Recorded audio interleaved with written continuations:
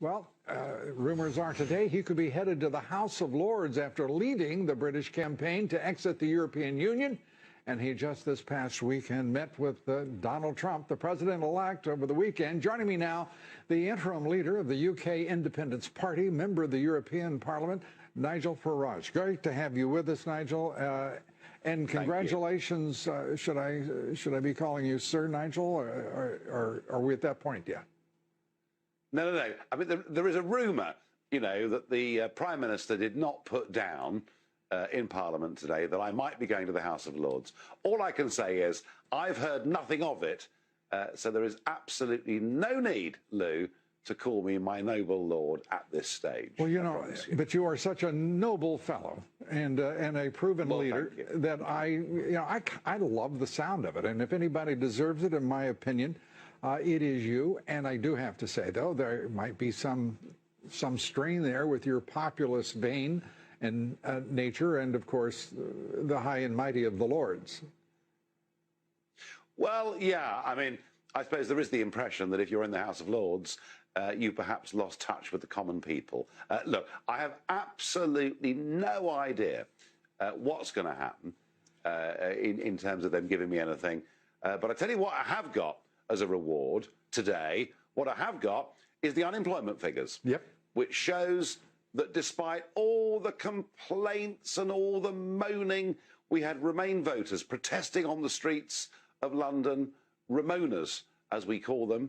And I have a feeling they're the very same people that were flown to New York to protest outside the Trump Tower the other day. Well, I think they're the same people. Well, they could well be. We were told that, well, I'm sure they are, but we were told that terrible things would happen to us. And actually, unemployment's coming down, growth is going up, new house building is at near record levels, manufacturing figures are good, the stock market's relatively strong.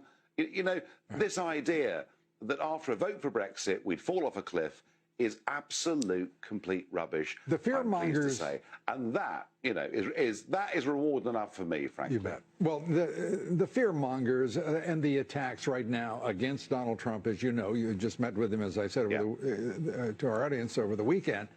I mean, the fear mongering, the attacks have, if anything, picked up on the part of the national left-wing media in this country.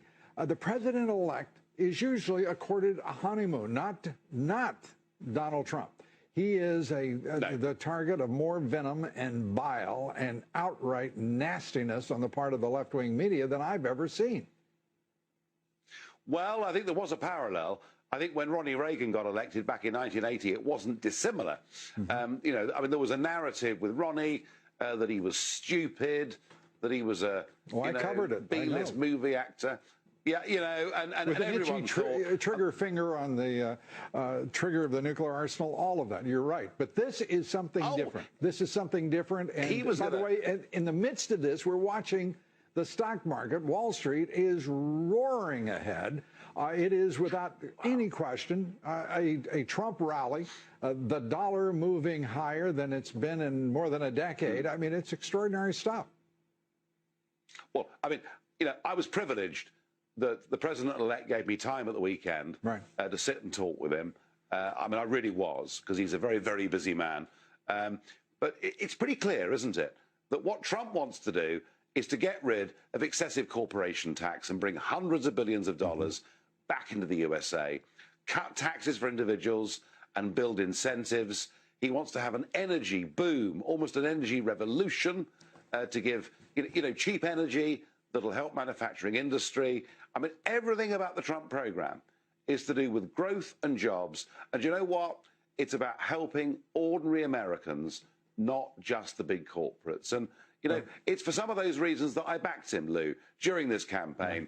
This guy, he may be rich himself, but that's frankly irrelevant. I genuinely believe, having met him before, having spent time with him this weekend, that he is on the side of ordinary, decent people. And I feel very optimistic for America's future. And as you and all of your friends in the UK who voted with you demonstrated, he is also, and all of his followers, on the right side of history. Nigel, it is great of you to spend time with us. We wish you well, and if I may say, Sir Nigel, it's awfully good to see you again. Look forward to our next meeting. Thank you. Thank you very much.